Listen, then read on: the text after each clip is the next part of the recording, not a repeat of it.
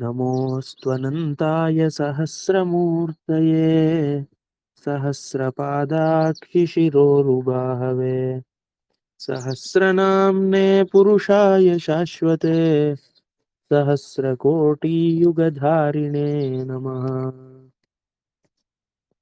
ईशानः प्राणदः प्राणो ज्येष्ठः श्रेष्ठः प्रजापतिः हिरण्यगर्भो भूगर्भो माधवो मधुसूदनः इत्येवं श्लोकः अस्ति। तत्र गतचर्चायाम् ईशानः इति विषये चर्चितम् आसीत्। ईशानः इति शब्दः कुत्र कुत्र अस्ति, एकादश रुद्रेषु अस्ति, पुनः ईशानशब्दस्य कः अर्थः इत्यादि दृष्टवन्तः। अधुना प्राणदः इति नाम, प्राणदः इति श्रवणे सति भवतां मनसि किम् आगच्छति? प्राणदः, प्राण इति एकः शब्दः सर्वेषां परिचितः शब्दः अस्ति। आ? आ।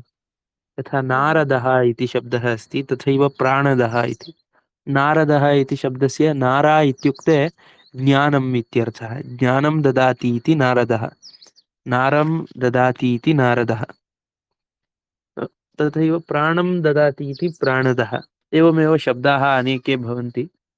अन्यत् किमपि अस्ति वा एतादृशशब्दाः, नारदः, प्राणदः?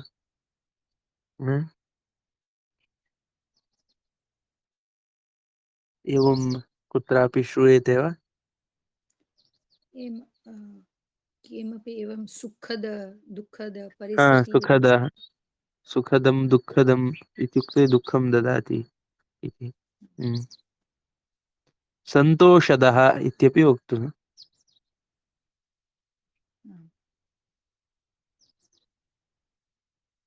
पुनः धीददः इति वदामः चेत् धीं ददाति इति एवमपि भवति।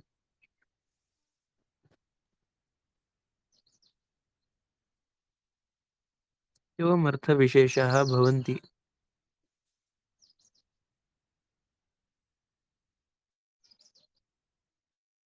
अस्तु, अधुना भाष्ये किम् अस्ति इति पश्यामः। प्राणं ददाति, यथा प्राण इति शब्दस्य अर्थः वयं किं चिन्तयामः? प्राण इत्युक्ते अस्माकं मनसि किमस्ति?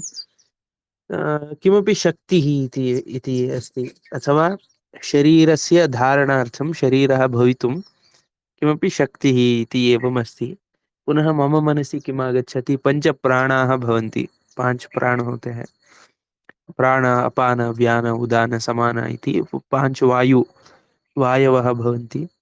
तदेव तत्र श्वासोच्छ्वासक्रिया इति अस्ति चेत्, श्वासः अस्ति चेत् प्राणः अस्ति इत्येवं व्यवहारः लोके अस्ति। श्वासः नास्ति चेत् प्राणः नास्ति इत्येवम् अस्ति, एवं वदन्ति। पुनः प्राणशब्देनैव प्राणी इति शब्दः आगतः। प्राणः अस्य अस्ति इति प्राणी इसका है, इसीलिए वो प्राणी है, एवमपि शब्दः आगतम्। तर्हि अधुना भाष्ये किमस्ति इति पश्यामि। ईशानः इति विषये तु दृष्टं।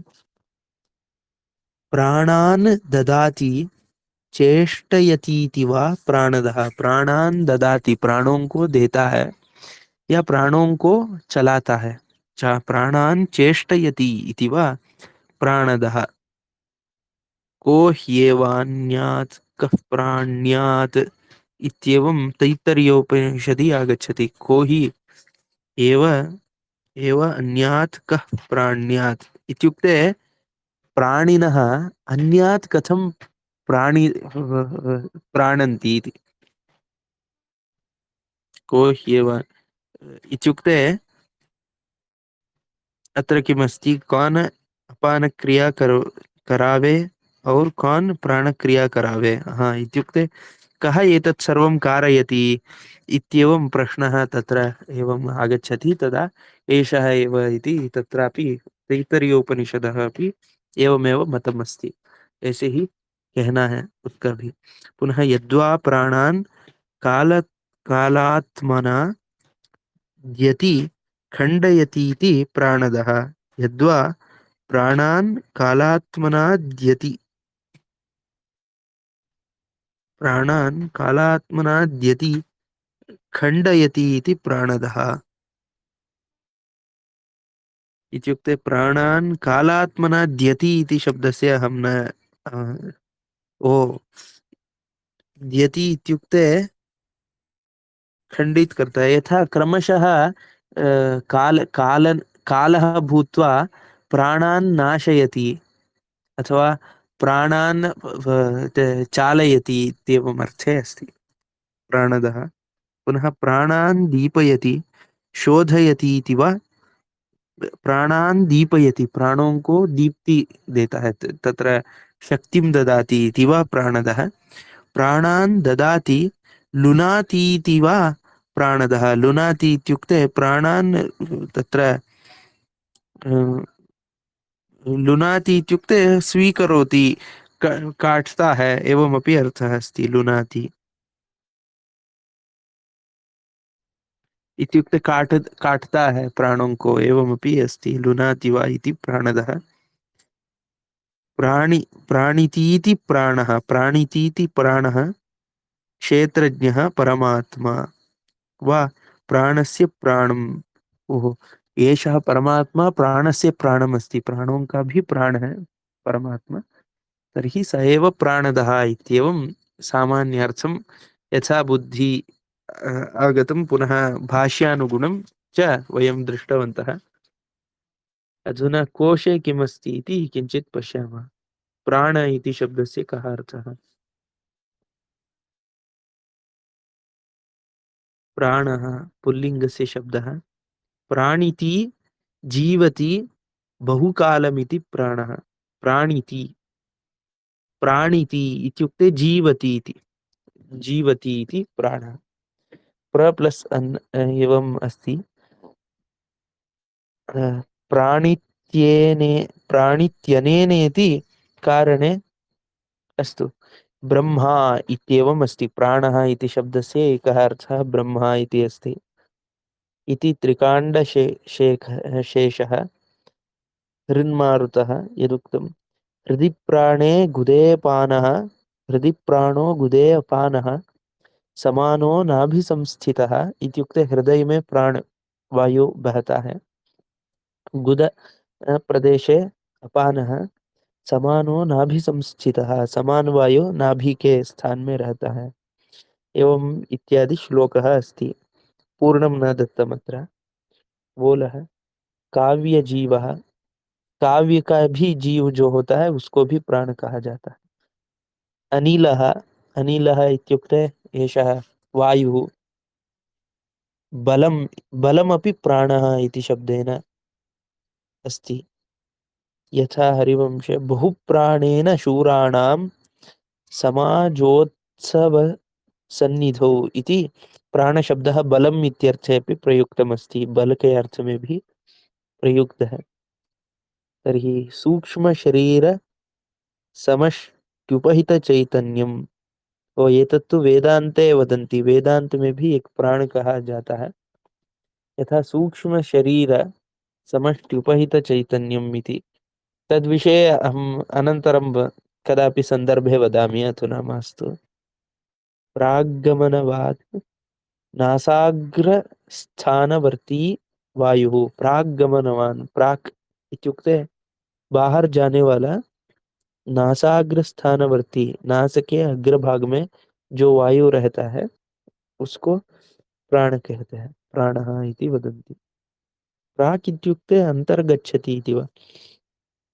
इति वेदान्तसारः तस्य कर्म बहिर्गमनम तस्य कर्म बहिर्गमनम बाहर जाने वाला वो प्राण का कार्य है यथा नासिकातः अग्रे बहिः गच्छति सः वायुः इति श्रीधरस्वामी तस्य रूपं स्थानानि च यथा इन्द्रनीलप्रतीकाशं प्राणरूपं प्रकीर्तितम् अस्य अस्य नासिकयोर्मध्ये हृन्मध्ये नाभिमध्यगे एतस्य स्थानं कुत्र कुत्र अस्ति इत्येवम् इन्द्रनीलप्रतीकाशं प्राणरूपं प्रकीर्तितम् अस्य नासिकयोर्मध्ये नासिकाओं के बीच में हृन्मध्ये हृदयस्य मध्ये नाभिमध्यगे प्राणालय इति प्राहुः पादांगुष्ठेपि केचन। प्राणालय इति प्राहुः, ये सब कुछ प्राण का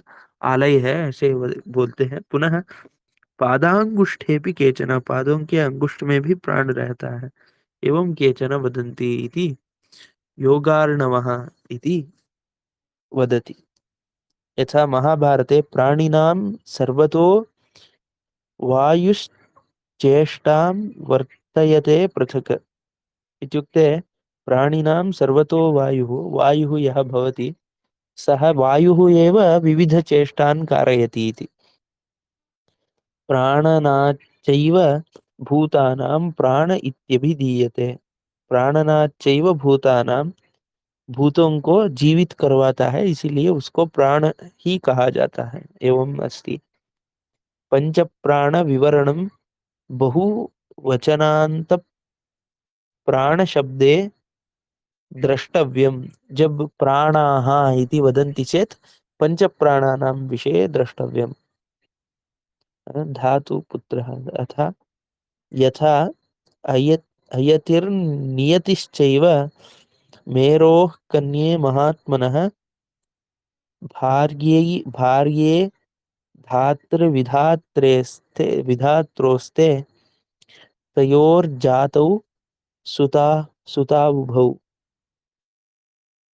इत्युक्ते अयतिः नियतिः इति मेरोः द्वे कन्ये, मेरु का दो कन्या है, अयति नियति। भार्ये धातृ विधात्रोः ते, धातृ और विधात्रों का ये भार्या पत्नी है अयति नियति इति। धातृ विधातृ इन दोनों का पत्नी है। तयोर जातौ सुता उभौ, उनके दो सुत उत्पन्न हो गए। प्राणश्चैव मृकंडुश्च, मृकंडुश्च पिता मम महायशाः इत्युक्ते धातृ विधातृ, धात्रोः पत्नी प्राण किमस्ति अयतिः, विधात्रोः पत्नी नियतिः इति एवम् अस्ति। धातृ इत्युक्ते धारण करने वाला, विधातृ इत्युक्ते विधान करने वाला, इत्युक्ते नियमनं यः करोति सः। धात्रोः पत्नी अयति नियति इत्यस्य तत्र गूढार्थं किम् इति न जानामि। तयोः सुतौ उभौ, दो सुत है, प्राणः पुनः मृकण्डुः इत्येवं। मृकण्डुः इत्यस्य पुत्रः मार्कण्डेयः है। मार्कण्डेये रुद्र सर्गाध्यायः इति मार्कण्डेयपुराणे एतदागच्छति। मृकण्डुः प्राणः इति, मृकण्डु इति शब्दस्य कः अर्थः इत्यपि द्रष्टव्यम् अनन्तरं। मृकण्डु अस्तु। एवं धरपुत्रविशेषः यथा मत्स्यपुराणे द्रविणो हव्यवाहश्च नरपुत्रा उभौ स्मृतौ कल्याणिन्यां ततः प्राणो रमणं शिशिरोऽपि च मनोहराधरात् पुत्रान् अवापाथ हरेः सुताः इत्युक्ते प्राणः इति विषये एतावत् सर्वं दत्तमस्ति। इतना सब कुछ है, इतोपि बहु किमपि अस्ति। हाँ। अस्तु, एतत् सर्वं पठित्वा किं किं मनसि आगतं प्राण इति विषये? प्राण इत्युक्ते पञ्चप्राणाः इति सन्ति। पुनः पौराणिककथाः किमपि प्राणस्य किमपि कस्यापि सुतः इत्येवं वदन्ति। पुनः प्राणः इत्युक्ते जीवम् इति भवति, पञ्चप्राणाः इति वदन्ति। पञ्चप्राणाः इत्युक्ते सर्वेपि मुख्यरूपेण एकः एव प्राणः। कार्यं यदा करोति तदा पञ्चनामानि तस्यैव आगच्छन्ति इत्यपि। अस्ति। तर्हि तादृश तत्र प्राणः अस्ति चेत् सर्वेषामपि कश्चन प्राणः भवति। सर्वेषामपि तत्र सर्वेषाम् इत्युक्ते उदाहरणार्थम् अधुना यथा प्राणशक्तिः चैतन्यशक्तिः नास्ति तत्। प्राणशक्तिः भिन्नं चैतन्यशक्तिः भिन्नमस्ति। यथा प्राणः अस्ति चेत् मह्यं सर्वं ज्ञायते इत्युक्ते प्राणशक्तिः कान्शियस्नेस् इति तथा न उच्यते। प्राणशक्तिः इत्युक्ते यथा फ़्यान् इति यदि चलनार्थं विद्युत् यथा प्राणशक्तिः अस्ति, विद्युत् प्राणशक्तिः। तथैव शरीरस्य चलनार्थं नेत्रस्य उन्मीलनार्थं निमीलनार्थं प्राणस्य अपेक्षा अस्ति। तत्रापि कश्चन प्राणः वायुः तत्र प्राणवायुः कार्यं करोति इति अस्ति। पुनः हस्तस्य चालने, पादस्य चालने अथवा शरीरस्य याः काः अपि क्रियाः भवन्तु, प्राणेन विना तेषां क्रियाणां सम्भवः न भवति इति वदन्ति। तर्हि तथा स्थिरं भवति तत्र इत्युक्ते प्राणाः इत्युक्ते यथा विद्युच्छक्तिः यन्त्राणाम् अन्तः गत्वा शक्तिं ददाति, तथैव प्राणशक्तिः अपि शरीरस्य विविध अवयवे गत्वा तत् प्राणयति इति। प्राणित करता है, जीवित करता है, एवम् अस्ति। तर्हि यावत् पर्यन्तं प्राणवायुः तत्र शरीरे तिष्ठति तावत् पर्यन्तं कार्यं भवति। पुनः तत्र किमपि एवं वदन्ति, वायोः तत्र लयं कुर्वन्ति इति अपि, समाधि स्थितौ प्राणवायु को लय कर देते हैं, तर्हि तदा श्वासोच्छ्वासः न भवति इत्यपि वदन्ति। उम्, एवं बहवः वदन्ति, केवलम् एकत्र नास्ति, भारते बहुत्र एवम् अस्ति। पुनः एवं तदा किमपि चेष्टा न भवति इत्यपि अस्ति खलु, शरीरं काष्ठवत् भवति, लकड़ी जैसा बन जाता है, एवमपि वदन्ति। तर्हि एतावत् विषयाः सन्ति। तर्हि तादृशः प्राणः अस्ति, प्रत्येकस्मिन् कार्ये प्राणं विना न शक्यते। पुनः प्राणायाम इत्यपि अत्र अस्ति खलु, यदा वयं किमपि भारं वहामः तर्हि प्राणस्य कश्चन स्थितिः भवति। भार को ले जाने वक्त तत्र अस्माकं श्वासः तत्र बन्धनं भवति। निश्वासादयः न भवन्ति अतिभारं यदा वहामः। तर्हि किमपि अद्भुतं पश्यामः चेत् प्राणः भिन्नः भवति, अथवा बहु दुःखं भवति चेत् भिन्नः प्राणः भवति। निद्रायां भिन्नं भवति, उत्थाने भिन्नं भवति, इत्येवमादि रूपेण प्राणमेव तत्र सर्वविधभावनादीनामपि नियन्त्रणं करोति इत्यपि अस्ति। सारे हमारे प्राणी ही सारे भावनाओं का भी नियंत्रण करता है। यथा तत्र इडानाडी पिङ्गलनाडी इति द्वयमस्ति इति वदन्ति। इडानाडी इत्युक्ते चन्द्रनाडी, पिङ्गलनाडी इत्युक्ते सूर्यनाडी इत्येवं वदन्ति। यथा नासिकायां किमर्थं तत्र विभागद्वयमस्ति अन्तः श्वासोच्छ्वासं स्वीकर्तुम् इत्युक्ते, तथा शरीरे एवं संरचना अस्ति। तत्र इडानाडी पिङ्गलनाडी इति अस्ति। यथा दक्षिणपार्श्वे यदा श्वासोच्छ्वासः भवति तर्हि सौम्यता भवति, वामपार्श्वे यदा भवति तदा किञ्चित् कठोरता भवति इत्येवमपि वदन्ति। पुनः प्राणविद्याविषये अपि वदन्ति, यथा अस्माकं प्राणगतिं दृष्ट्वा तदनुगुणं यदि कार्यं क्रियते, उसके अनुसार यदि कार्य करते हैं तो सर्वत्र विजयः प्राप्यते इत्यपि वदन्ति तत्र तत्तत्त्वज्ञानिनः। यथा वामनासिकायां यदा तत्र श्वासोच्छ्वासः भवति, तस्मिन् सन्दर्भे कदापि युद्धे गच्छति चेत् सः विजयं प्राप्नोति इति। तत्सर्वं सूक्ष्मतया दृष्ट्वा वक्तव्यम्, उपरिष्टात् अहं किमपि वदन् अस्मि। किन्तु एतत् सर्वम् अस्ति विद्याः तत्र समागताः। इत्युक्ते प्राणस्य तु महत्त्वं बहु अस्ति अत्र। प्राणानि एव बहु किमपि कुर्वन्ति, तर्हि तादृशप्राणं यः ददाति सः प्राणदः इति। किमर्थं सः प्राणदः इत्युक्ते प्राण को देने अस्तु अधुना प्राणम् अस्ति इति वयं जानीमः। प्राणः कुतः आगतः इति चिन्तयामः चेत् यदा मातृगर्भात् वयम् आगताः, यथा मातुः प्राणः अत्र प्रविष्टः इत्येवमपि मातुः पितुः च यत् प्राणशक्तिः यः प्राणशक्तिः अस्ति, तेन अत्रापि एकः प्राणशक्तिः समागतः इत्येवम् अस्ति। तर्हि तेषाम् अन्तः कथम् आगतं, कहाँ से आया है, तेषाम् अन्तः कथम् इत्युक्ते किमपि कारणमस्ति प्राणानाम् अत्र प्रवेशने। तर्हि यत् कारणमस्ति, जो कारण है प्राणों का प्रवेश करने के लिए, सर्वान्तिमं मुख्यं कारणं यदस्ति स एव विष्णुः इत्येवमपि अत्र एकं नाम प्राणदः इत्येवम् अस्ति। प्राणं प्राणान् ददाति इति प्राणदः।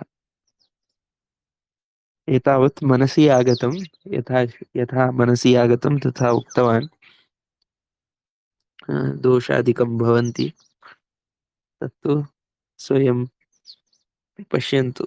दोषं किं, गुणः कः, अथवा किं स्वीकार्यं, किं चिन्तनीयं, क्या चिंतन करना है, क्या स्वीकार करना है, किं त्याज्यम् इति सर्वं भवन्तः स्वयमेव जानन्ति सर्वेपि।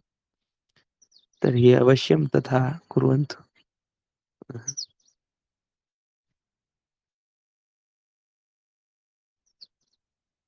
अधुना एतावत् यथा मनसि आगतम् उक्तवान्। यत्किमपि शास्त्रीयं गुरूणाम् इत्यादि वचनमस्ति, तत्र तु किमपि संशयः नास्ति, किन्तु तद्विषये यदा अहं वदामि तत्र कोऽपि केऽपि दोषाः भवितुमर्हन्ति। अत्र भगवद्गीतायाम् एकः श्लोकः अस्ति, हम्म। यज्ञरूपेण प्राणायामम् अस्ति खलु, अपाने जुहुवति प्राणं प्राणे अपानं तथा प्राणे परे। पानं तथा परे, प्राण प्राणापानगति रुद्ध्वा प्राणायामपरायणाः। अपरे नियताहारा प्राणान् प्राणेषु जुहुवति इति अस्ति। सर्वेऽप्येते यज्ञविदो यज्ञः अग्रे यज्ञ क्षपितकल्मषाः। सर्वाणि कल्मषान् तत्र त्यजन्ति, प्राणान् प्राणेषु जुह्वति इति। प्राणों के प्राणों में यज्ञ करते हैं इत्युक्ते तत्र प्राणायामस्य विषये बहु किमपि अस्ति। तद्विषये इतोपि आहार सम्यक् रूपेण अध्ययनं कृत्वा चर्चा करणीया। नियताहारा आहार नियत कृत्वा प्राणान् प्राणेषु जुहुवति एवम् अस्ति। हम्म। इत्युक्ते ते लयं कुर्वन्ति इति उक्तं किल, प्राणस्य लयं कुर्वन्ति अन्तः। तस्य पृष्ठे यः प्राणः अस्ति इत्युक्ते प्राणस्य प्राणः यः अस्ति तत्र लयं कुर्वन्ति प्राणान् इति एवम् अस्ति। तत्तु अस्माकं तत्र प्रयोगे मम तु नास्ति इति कारणतः, किमपि प्रयोगे प्राणायामविषये किञ्चित् प्राणायाम पद्धतिः एवम् अस्ति, तस्य परिचयः अस्ति, किञ्चित् किञ्चित् आचरणं केवलं स्थूलरूपेण अस्ति, स्थूल रूप से कोई आचरण है, किंतु तदपि सम्यक् रूपेण नास्ति। यथा पूजादि क्रियासु तु प्राणायामः तु सर्वदा अस्ति एव, योगेन सहितमस्ति। तत्र योगशास्त्रं भवतु, न्यायशास्त्रं भवतु, वेदान्त मीमांसा ज्योतिषं किमपि भवतु, परस्परं सहकारिणः सन्ति। सर्वमपि मिलित्वैव अस्माकं जीवनशैली अस्ति।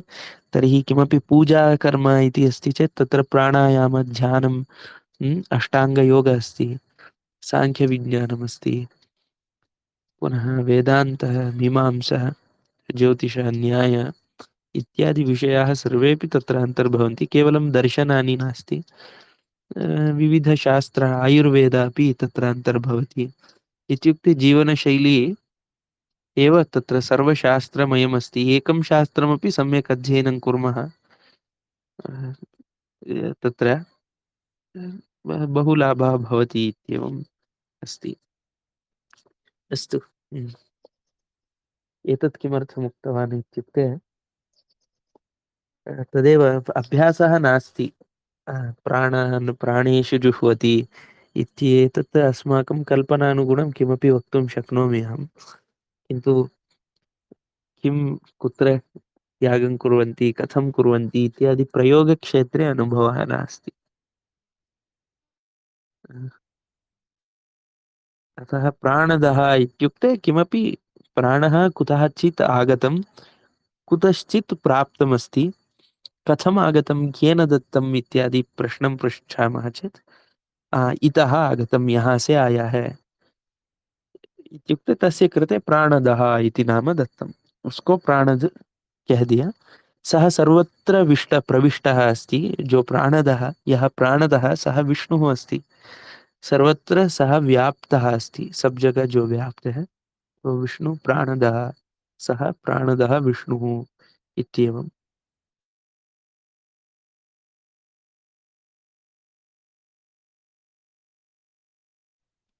अस्तु, एतावत् भवतु।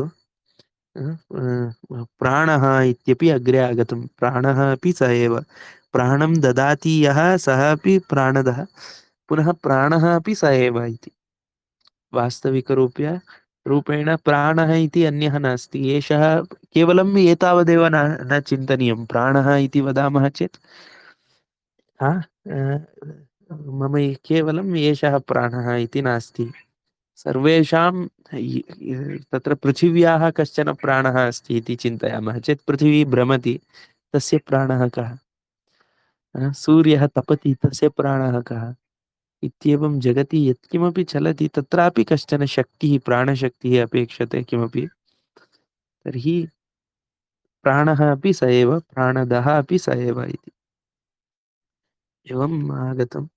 पुनः ज्येष्ठः, श्रेष्ठः, प्रजापतिः, ज्येष्ठः इत्यादि वयं तत्र पश्यामः। अधुना भवतु अधिकं चर्चां कर्तुं किं मनस्थितिः तथा सम्यक् अस्ति इति न भासते चर्चा कृते। एतावत् भवतु इति चिन्तयामि। इत्युक्ते सम्यक् रूपेण सर्वं भवतामपि समयः सदुपयोगः भवति जायमानः अस्ति इत्यपि न भासते, अथवा किमपि सम्यक् रूपेण बहु अन्तः गत्वा वदामि इत्यपि न भासते। अतः भवतु अधुना। अधुना अत्रैव स्थगयित्वा अग्रे अनन्तरं गच्छामि। श्वः पश्यामः अन्यत् सर्वं। दिनद्वयं नासीत् खलु चर्चा, अतः अद्य आरम्भं कृतवान्।